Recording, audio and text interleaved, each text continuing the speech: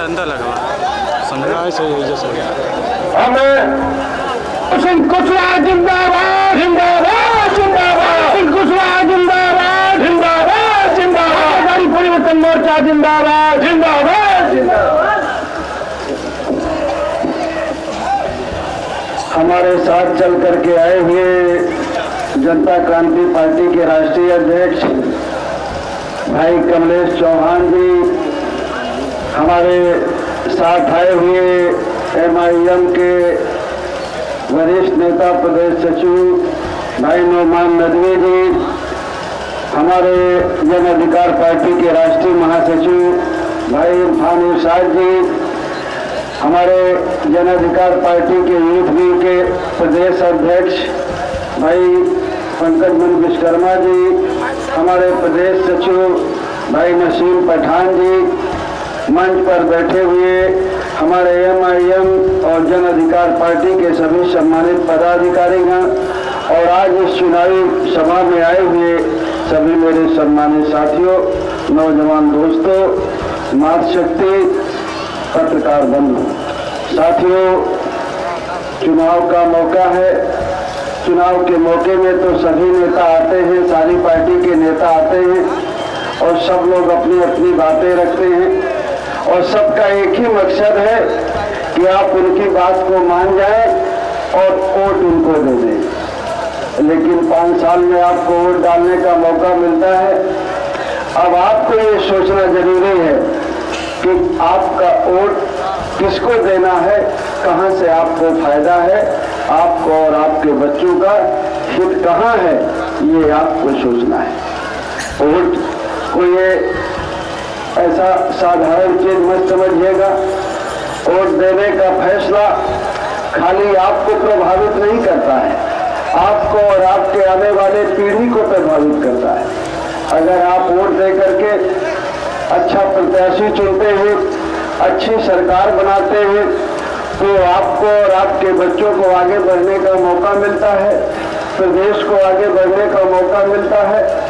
और जब आप प्रत्याशी नहीं अच्छा चुनते, सरकार अच्छी नहीं बनाते, तो फिर वो प्रदेश और देश कभी तरक्की के रास्ते पर नहीं जाता है। ना आप कभी तरक्की के रास्ते पर जाएंगे, ना आपके बच्चे कभी तरक्की के रास्ते पर जाएंगे। इसलिए नेता जो आते हैं अपनी बात कहते हैं, लेकिन उससे ज्यादा आपको सोचना जरूरी है कि आपका और आपके बच्चों का हित कहाँ है। आपने 5 साल भारतीय जनता पार्टी की सरकार को देखा है।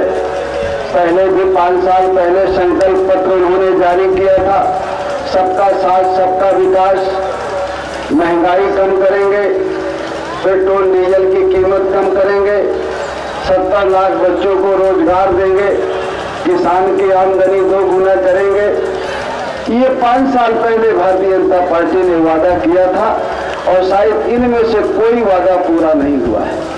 लेकिन उसके बाद भी आज भी लोगों के मन में है, कुछ लोगों के कि नहीं कुछ भी हो ठीक, ना कानून व्यवस्था सही रही, ना आपको इंसाफ मिला, ना बच्चों की अच्छी शिक्षा है और ना बच्चों को रोजगार।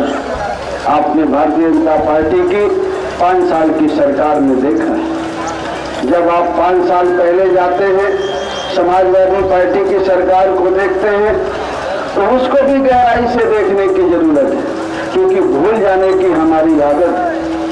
पिछली बार चकिया में लोगों ने कहा कि अब की बार रुक जाइए मंत्री जी, अब की बार समाजवादी को हराना है, फिर अगली बार सोचेंगे। तो पिछली बार आप समाजवादी पार्टी से बहुत नाराज थे, कह रहे थे अब की बार मंत्री जी रुक जाइए, अब की बार समाजवादी को हराना है, तो बीजेपी को जिताना है। लेकिन समाजवादी के उस 5 साल के कार्यकाल को जो गुस्सा पहले 5 साल पहले थी, वो शायद कुछ कम होने लगी है। तो उसको भी ध्यान में लाइए, 5 साल पहले वाली सरकार को भी। अगर बीजेपी हमारा हिंदुत्व के नाम पर वोट लेती है, हिंदू मुसलमान के नाम पर वोट लेती है, गाय माता के नाम पर वोट लेती है, और फिर जब सत्ता में पहुंच जाती है तो पिछड़े का, दलित का, अक़लियत का रिजर्वेशन खत्म करती है, पिछड़ों के बच्चों के साथ, दलित के बच्चों के साथ, मुसलमानों के बच्चों के साथ बड़े पैमाने पैमाने पर नाइंसाफी होती है, जेल भेजा जाता है, मुकदमे लगाए जाते हैं। और समाजवादी पार्टी धर्मनिरपेक्ष के नाम पर वोट लेती है। बीजेपी कहती है मुसलमान आ जाएंगे अगर हमको वोट नहीं देंगे, तो सारा जो अपने को हिंदू समझता है वो बीजेपी की तरफ चला जाता है। और जब वो सत्ता में जाते हैं तो क्या हाल आपका किया 5 साल में आपको अच्छी तरह मालूम। दूसरी तरफ बीजेपी कहती है, मुसलमान समाजवादी कहती है कि देखो बीजेपी आ जाएगी, मुसलमान भाई बीजेपी आ जाएगी, बीजेपी आ जाएगी। तो बीजेपी से डरवा करके मुसलमानों का और पिछड़ों का वोट लेते हैं। और जब सत्ता में पहुंच जाते हैं तो सत्ता में जाने के बाद जो हिस्सेदारी और भागीदारी सबको मिलनी चाहिए। जब सिपाही की, दरोगा की, लेखपाल की, परगना मजिस्ट्रेट की जब भर्ती होती है समाजवादी पार्टी की सरकार में, तो फिर न तो मुसलमान नजर आता न पिछड़े नजर आते, फिर वो कुछ लोगों की सरकार होकर के रह जाती। आज अगर थानों में बीजेपी की सरकार में कुछ लोग दिखाई पड़ते हैं थानों में, तो 5 साल पहले समाजवादी पार्टी की सरकार में कुछ ही लोग थानों में दिखाई पड़ते थे। न आज पिछड़ा दलित मुसलमान नजर आता है जिनको हिंदुत्व के नाम पर आपने वोट दिया, और न पहले की सरकार में समाजवादी में जिसको आपने धर्मनिरपेक्ष और समाजवाद के नाम पर वोट दिया, न उसमें आपके बच्चे कहीं थाने, पुलिस और परगना मजिस्ट्रेट की भर्ती में दिखाई पड़ते।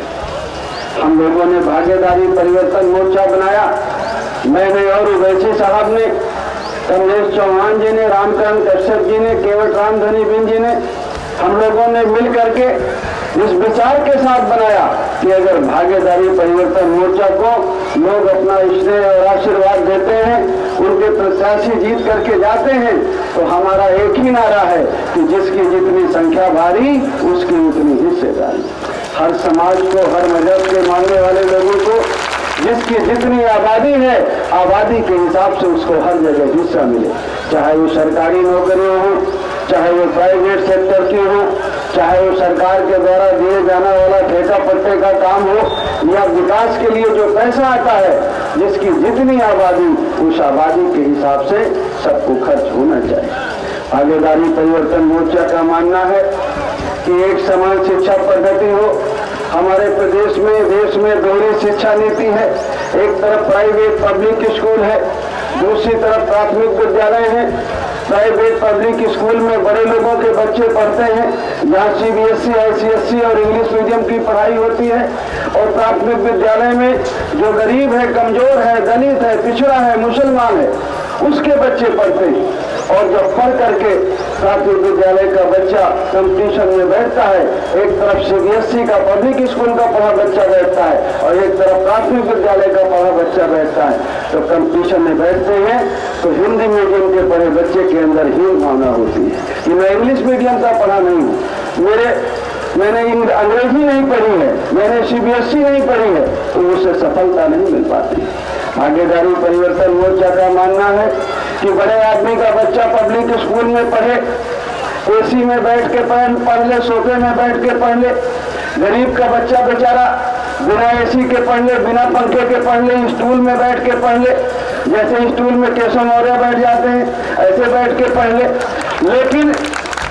लेकिन जो किताब चले, जो पाठ्यक्रम हो, एक तरह की हो, चाहे वो पब्लिक स्कूल की पढ़ाई हो, चाहे प्राथमिक विद्यालय की पढ़ाई हो, एक समान शिक्षा हो, एक किताब हो, एक पाठ्यक्रम हो, ताकि जो गरीब का बच्चा पढ़ करके जब कंपटीशन में बैठे तो उसके अंदर ये हीन भावना न रहे कि मैंने CBSE और ICSE नहीं पढ़ी। हमारा मानना है कि एक समान शिक्षा पद्धति हो, अनिवार्य शिक्षा हो और फ्री शिक्षा हो। भागीदारी परिवर्तन मोर्चा का ये भी मानना है कि किसान को खाद बीज फ्री मिले, अगर पैसे लगना है तो कम से कम लागत में मिले, लागत भर उसकी लगे, सिंचाई के लिए बिजली उसे फ्री मिले, और जो वो फसल पैदा करता है दिन रात मेहनत करके, जो सरकार ने कारोबार दिया है रात और दिन दोनों का किसानों को, सरकार कहती है कि हमने रोजगार तो दिया, किसानों को दिया, बच्चों को दिया चाहे न दिया, लेकिन किसानों को हमने डबल रोजगार दे दिया। लोगों ने पूछा क्या रोजगार दिया, कि दिन में खेत में काम करो, रात को खेत को ताको गाय से और सांड से।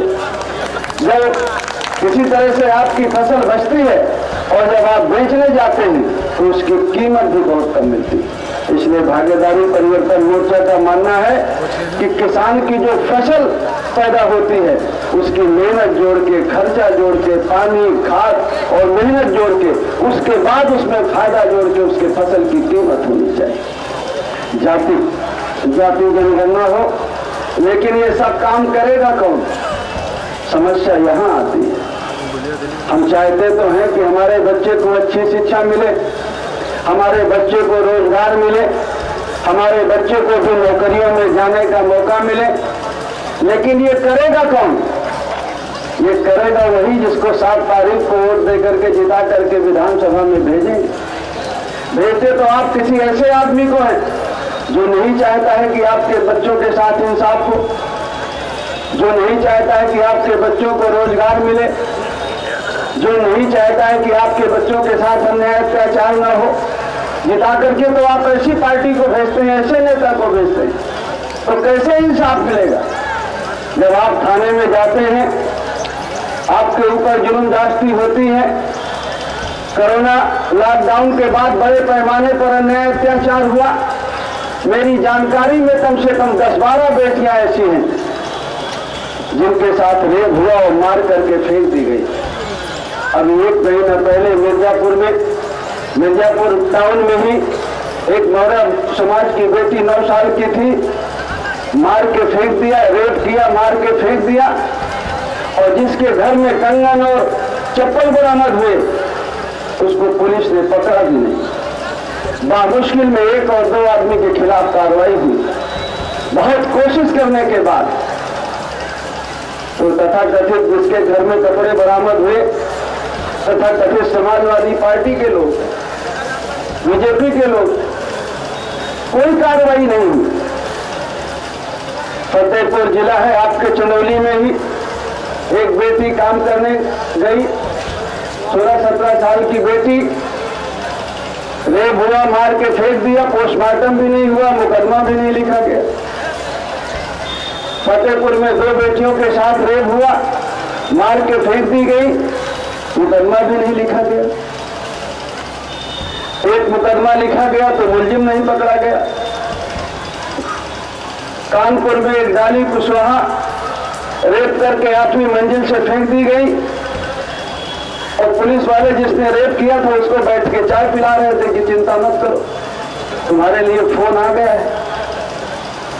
हम सोचते हैं कि शायद थाने का इंस्पेक्टर खराब होगा या सीओ खराब होगा या जिले का कप्तान खराब होगा। खराबी कहाँ है ये हमारा ध्यान कभी नहीं जाता है। हम कार्ड में जब कुछ नहीं होता तो हम सोचते हैं कि हमारी किस्मत खराब होगी, इसलिए हमें इंसाफ नहीं मिलता। आपकी किस्मत खराब नहीं है, किस्मत बनाने वाले ने सबकी अच्छी बनाई है। हम अपने दिमाग का सही नहीं प्रयोग करते तो हम अपने और अपने बच्चे की किस्मत को खराब करते। थानेदार कार्रवाई करना चाहता है तो जिसको आपने जिता करके भेजा है उसका फोन आ जाता है, यह दरोगा जी अगर रहना है तो कार्रवाई मत करो। आखिर थाने का इंस्पेक्टर किसकी सुनता है? सीओ किसकी सुनता है? कप्तान किसकी सुनता है? उसी की तो सुनता है जिसको वोट दे करके जिता करके लखनऊ भेजते हो, कि किसी और की सुनता है? उसी की सुनता है जिसको वोट दे करके जिता करके भेजते हो। जिताते तो आप जालिम को हो, दुश्मन को हो, जो नहीं चाहता है कि आपके बेटे और बेटे के साथ इंसाफ। वो कभी नहीं चाहता है कि आपको इंसाफ मिले। आप ऐसे आदमी को जिता करके भेजते और फिर 5 साल होते हैं, कहते हैं हमारी सुनाई नहीं होती है।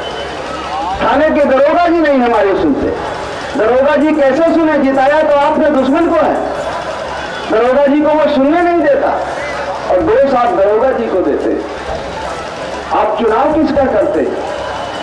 किसकी सरकार बनाते? पहले अपने को देखिए, अपने गिरिबान में झांक करके देखिए कि हमें और हमारे बच्चों के साथ इंसाफ क्यों नहीं होता है। क्यों हमारे ऊपर मुकदमे फर्जी लिखे जाते हैं? क्यों जेल भेजा जाता है? क्यों हमारी जमीनों में कब्जा होता है? क्यों हमारे मकानों में कब्जा होता है? क्यों ऐसा होता है? इसका जिम्मेवार कौन है? दोषी कौन?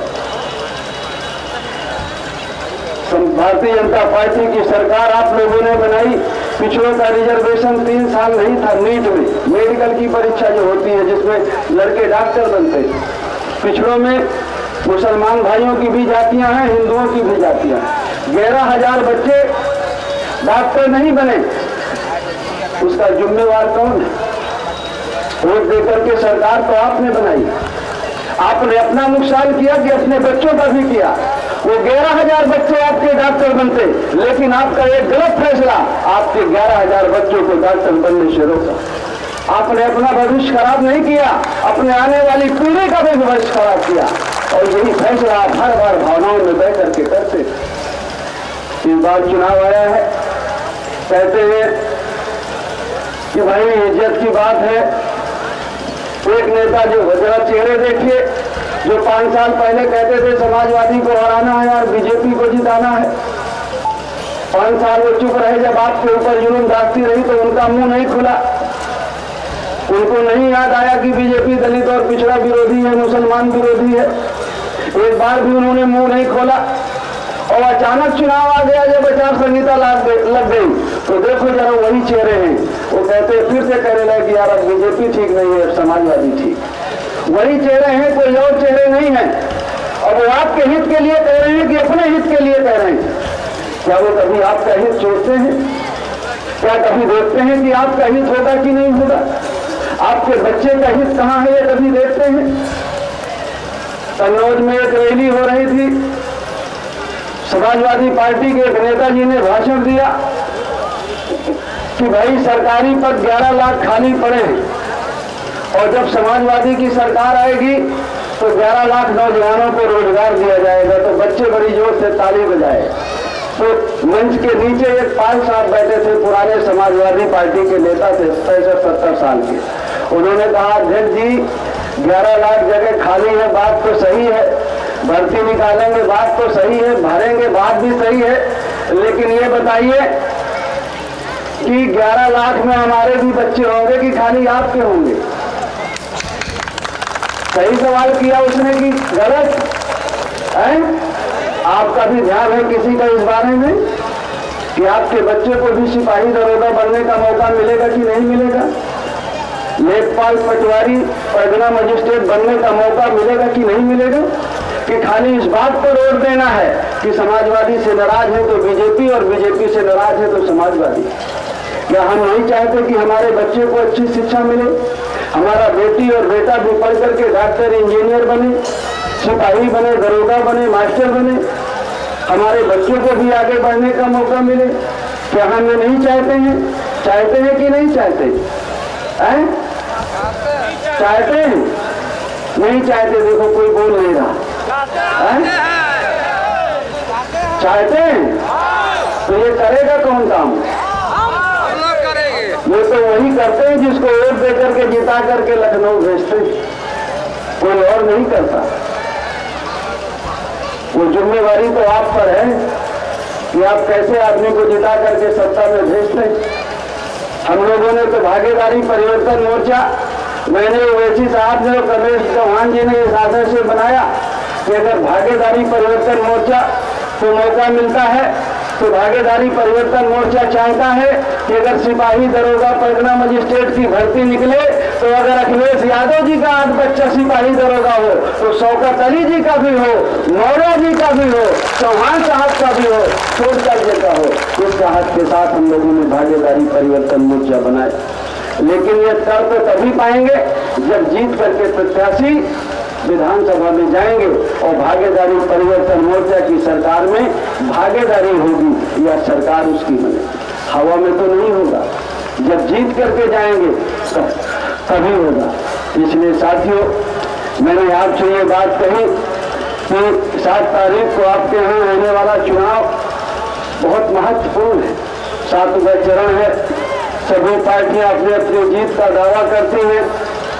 असली रिजल्ट तो 7 को सुनाई पड़ेगा, लेकिन आप लोग तो अपना फैसला 7 को सुनाएंगे। असली रिजल्ट तो 10 मार्च को आएगा, लेकिन आपको अपना फैसला सुनाते वक्त कैंडिडेट की किस्मत के बारे में कम सोचिएगा, अपने और अपने बच्चे की किस्मत के बारे में सोचिए। आपका एक फैसला आपके बच्चे का भविष्य बनाएगा और आपका एक गलत फैसला आपको और आपके बच्चे का भविष्य खराब करेगा। मुझे चकिया के बारे में तो जानकारी नहीं है, बाकी बारे में जानकारी है कि चुनाव के 2 दिन पहले से पैसा बंटना शुरू हो जाता है। लोकसभा चंदौली में लड़ा था, हमारी पत्नी लड़ी थी, तो मुझे अच्छी तरह से जानकारी है। इस एरिया में बड़े पैमाने पर पैसा बढ़ता है, चंदौली में भी बढ़ता है, चंदौली में बढ़ता है पैसा। दारू पैसा बढ़ता है कि नहीं बढ़ता है? नहीं बढ़ता, बढ़ता है। तो मुझे बाकी एरिया के बारे में तो जानकारी है कि जैसे चुनाव रह जाते 2 दिन रह जाते हैं तो दारू, पैसा, साड़ी, ब्लाउज बड़े पैमाने पर बढ़ता है। रिजर्व सीट है, यहाँ कितना बढ़ता है मैं नहीं कह सकता हूँ, लेकिन एक चीज समझ करके पैसा लीजिएगा और वोट दीजिएगा कि जब आप अपने वोट का सौदा करते हैं तो वोट का सौदा नहीं करते, अपने बेटे और बेटी के भविष्य का सौदा करते हैं। जब तक आप अपना वोट बेचते रहेंगे तब तक कभी आपको आगे बढ़ने का मौका नहीं मिलेगा। हमारे संविधान निर्माताओं ने हमें वोट का अधिकार दिया, ये सोच करके वोट का अधिकार दिया कि इस देश के जो गरीब और कमजोर लोग हैं, मजलूम लोग हैं, एक दिन उठ करके खड़े होंगे, अपनी वोट की कीमत को पहचानेंगे और इकट्ठा होकर के अपनी मर्जी की सरकार बनाएंगे और अपने गरीब और कमजोर के लिए कानून बना के उसका हक अधिकार देने की कोशिश करेंगे। लेकिन हुआ उल्टा, जीते वो जिनकी कम आबादी है, जो कम जिनके वोट है, वो जीत करके सत्ता में पहुंच जाते हैं और जिनके ज्यादा वोट है वो फिर मजलूम और लाचार होकर के रह जाते हैं। आपकी एक गलती जीवन की आपको गुलाम और लाचार बनाती है और आपके बच्चों को भी लाचार बनाती है। वो एक गलती है वोट देने की, जब आप वोट देकर के जिता देते हैं उनको तो वो मालिक बन जाते हैं, आप गुलाम बन जाते हैं। और अगर इस एक गलती को ठीक कर लीजिए और उनको न दे करके खुद ले लीजिए तो आप मालिक बन जाइए और वो गुलाम बन जाए। सारी ताकत आपके वोट पर। लेकिन 4 साल 10 महीना ठीक रहते हैं आप और जब वोट का मौका आता है तो फिर 4 दिन तो पकड़ाई नहीं देते हैं आप कि नहीं अगली बार बात करेंगे। दारू उतरती ही नहीं है, मुर्गा मुंह से निकलता ही नहीं है। लेकिन एक चीज को समझिए, ये तब तक करेंगे, तब तक जारी रखेंगे, आगे और कोई रास्ता भी नहीं है आपके और आपके बच्चों के पास। इसलिए मैं अपील करूंगा कि सही फैसला करिए, भावनाओं में मत रहिए। कि आपके बेटे और बेटी के भविष्य का मामला है। आपने भारतीय जनता पार्टी को भी देखा है और समाजवादी को भी देखा है। समाजवादी और भारतीय जनता पार्टी एक सिक्के के 2 पहलू, दोनों में कोई खास फर्क नहीं है।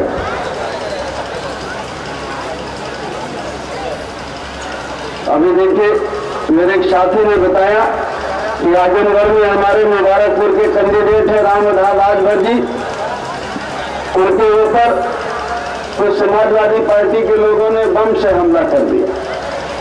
अभी तो सरकार बनी नहीं। जब चुनाव शुरू हुआ तो इटावा में एक रिजर्व सीट है भरथरा में हमारा कार्यालय खुला था, कार्यालय में लोग थे तो समाजवादी पार्टी के लोग गए हमारे कार्यालय में, तोड़फोड़ की और हमारे लोगों को मारा और मुकदमा लिखाने भी नहीं जाने दिया। क्या सारे यही रहना है तुमको, हम तुम्हें देख लेंगे। तो मैंने वहां के लोगों से कहा कि यार अभी तो सरकार बनी नहीं है, अभी शुरू हो गया है और जब सरकार बन जाएगी तो क्या होगा। इसलिए मैं ये कह रहा था कि समाजवादी पार्टी और भारतीय जनता पार्टी में कोई बहुत ज्यादा फर्क नहीं। एक सिक्के के 2 पहलू हैं। अगर आपको इंसाफ लेना है, हक हिस्सा लेना है, भागीदारी लेना है तो आपको जो हमारे भागीदारी परिवर्तन मोर्चा के प्रत्याशी हैं शंकर जी, जिनका चुनाव निशान गैस का सिलेंडर है, उसके सामने वाली बटन को दबा करके उनको आप स्नेह और आशीर्वाद दे करके जिता करके भेजिए। जो तो भाई चंदौली वाले, जब मैं पिछली 5 साल पहले चुनाव में आया था, अभी हालांकि मैं एक दिन रैली में आया था अभी चतुर्मासा में, तो बारिश 2 दिन हुई, उसके बाद भी इससे ज्यादा लोग उस समय इकट्ठा थे।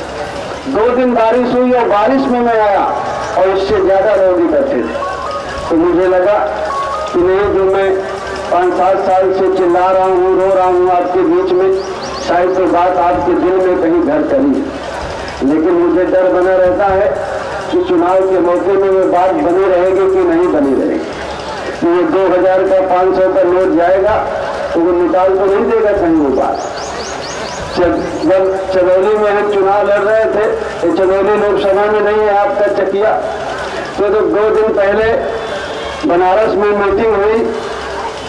डिप्टी सीएम केशव मौर्य जी ने मीटिंग ली अनिल मौर्य के होटल में।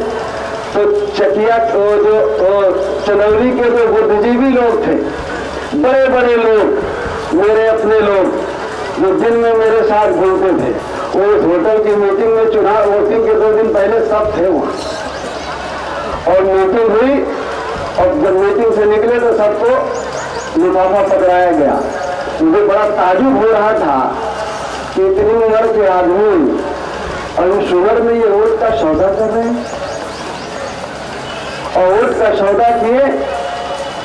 और 2 दिन पहले, जैसे आज चुनाव प्रचार खत्म है, परसों वोटिंग है, तो आज मीटिंग हुई और जब मैं उनसे मिला, बात की, तो सब मुझे बदले बदले नजर आए। कुछ तो बेचारे इतने ईमानदार थे, उनको पता था कि मुझे तो पता चल ही जाएगा, तो मुझे फोन करके बताए कि हम तो देखने गए थे मंत्री जी कि कौन कौन जाना है। हमने कहा लिफाफा तो नहीं लिए, नहीं ऐसी कोई बात नहीं है, लेकिन हम देखने गए थे। लेकिन हमको पता चला कि बड़ा वाला लिफाफा यही सबसे पकड़े है। तो मेरी अपील है कि आप लोग ऐसा काम मत करिए, ये आपके और आपके बच्चों के हित में नहीं है। आप अपने और अपने बच्चों के बारे में सोचिए। कल के बच्चे जो 5 साल के 10 साल के हैं, जब वो बड़े होंगे, या जो डॉक्टर 11,000 लड़के जो डॉक्टर बनने से रह गए, अगर वो सवाल करने लगे आपसे कि आपने क्या फैसला किया, आपने हमारे भविष्य के साथ खिलवाड़ किया, आपका एक गलत फैसला आपके बच्चों को आगे बढ़ने से रोकता है। कौन सी ऐसी चीज है जिसको वोट दे करके जिता करके भेजते हो, उसके हाथ में नहीं। आपके बच्चे को स्कूल खोलना तो उन्हीं का काम है जिनको वोट से जिता करके भेजते हो। आपके बच्चों को रोजगार देना उन्हीं का काम है जिनको वोट दे करके जिता करके भेजते हो। आपके लिए सड़कें बनाना, बिजली लगाना उन्हीं का काम है जिनको वोट दे करके जिता करके भेजते हो। सिपाही दरोगा का वेतन देना, मास्टर का वेतन देना उन्हीं का काम है जिनको वोट दे करके जिता करके भेजते हो। कौन सा काम है जो उनके हाथ में नहीं है जिसको वोट दे करके जिता करके भेजते हो? और जिताते तो आप दुश्मन को होते। हवा में उस समय नहीं लगता है कि आपका और आपके बेटे का भविष्य जुड़ा हुआ है इससे। उस समय तो भावनाओं में बह गए कि हम इससे नाराज हैं इसलिए इसको जिता देना है, और इससे खुश है इसलिए इसको जिता देना है। इस पर मत जाइए, ये देखिए कि आपका और आपके बच्चे का हित कहाँ है, उसका भविष्य कहाँ सुरक्षित है, कौन आपके बच्चे के लिए सोचता है, कौन आपके लिए काम करना चाहता है, कौन आपके लिए आवाज उठाएगा। कल जब आपके ऊपर जुल्मबाजी होगी तो कोई बोलता है? आपके पास नेता तो बहुत कहते हैं कि है। अगर मैं माइनॉरिटी में कहूँ, मुसलमान भाइयों में, तो एक असुद्दीन ओवैसी अकेले बोलता है, चाहे वो देश की लोकसभा हो, चाहे कोई जगह हो, अगर वो जुल्मबाजी होती है गरीब और मजदूर के साथ तो वो बोलता है। जब चुनाव शुरू हुआ तो उसकी लोगों ने जान लेने की कोशिश की। गाजियाबाद में चेक पोस्ट पर गोली चलाई। आप सब लोगों की दुआओं की वजह से वो बचे और सुरक्षित है। हैदराबाद के आदमी की यूपी के आदमी से क्या दुश्मनी हो सकती है? सोचिए जरा। एक ही तो है वो वैसी गरीब की बात करता है, पिछड़े की बात करता है, मुसलमान की बात करता है, भागीदारी की बात करता है, तो की बात करता है। वो कहता है कि भाई मुसलमान कब तक दरी बिछाएगा, उसके भी बच्चों को पढ़ना है, सिपाही बनना है, दरोगा बनना है, मास्टर बनना है, कलेक्टर बनना है। क्या गलत कहता है? गरीब को पिछड़े को हक हिस्सा मिले, क्या गलत कहता है? लेकिन वो वैसी सही बात कहता है, इसलिए इसकी जबान को बंद किया जाए। हम लोगों ने कहा है और आज भी कह देते हैं बात इस मंच के सामने से कि असुद्दीन ओवैसी अब अकेले नहीं है उत्तर प्रदेश में, बाबू सिंह कुशवाहा और जन अधिकार पार्टी में उसके साथ ओवैसी साहब का कोई बाल बाका नहीं कर सकता। हम और हमारे भागीदारी परिवर्तन मोर्चा के सारे लोग उनके साथ में खड़े हुए हैं। वो गरीब और कमजोर की आवाज है, वो अकेले आदमी है जो इस देश में सही बात रखता है, पिछड़े की, दलित की, अकलियत की बात करता है। कुछ लोग कहते हैं, मुझे सलाह देते हैं कि वैसी तो खाली मुसलमान की बात करता है। अरे मुसलमान की बात नहीं करता, वो गरीब और कमजोर की, दलित की, पिछड़े की, अकलियत की बात करता है, संविधान की बात करता है, हिस्सेदारी की बात करता है, भागीदारी की बात करता है। अगर ओवैसी साहब अगर हक हिस्सेदारी की बात करते हैं, अधिकार की बात करते हैं, तो वो गलत है। और जो खाली हिंदुत्व के नाम पर वोट ले लेते हैं, आपका हिस्सा खा जाते हैं बच्चों का, वो बड़े अच्छे आदमी हैं। जो समाजवाद के नाम पर, धर्मनिरपेक्ष के नाम पर आपका वोट ले लेते हैं, सब अपने लोगों को भर्ती कर लेते हैं, बहुत अच्छे आदमी हैं। आपको हक हिस्सा न मिले तो आप उसके लिए खुश हैं। जागरूक बनिए, चौकन्ना रहिए और अपने वोट की कीमत को पहचानिए। कोई नेता दरवाजे नहीं आता 5 साल तक, जब वोट का मौका आता है तो आता है और पैर में हाथ लगाता है, काहे के लिए? वोट के लिए। ये रुपया जो पानी की तरह सब नेता बहा रहे हैं, काहे के लिए? वोट के लिए। जो आपको दारू पिलाई जाती है, पैसे दिए जाते हैं, काहे के लिए? वोट के लिए। उस वोट में जरूर तो कोई बात है, जरूर कोई ताकत है। अगर उस वोट की ताकत को समझ जाइए कि इस वोट से सरकार बनती है, राजा बनता है, और इसी राजा के नीचे फिर सब रहते हैं।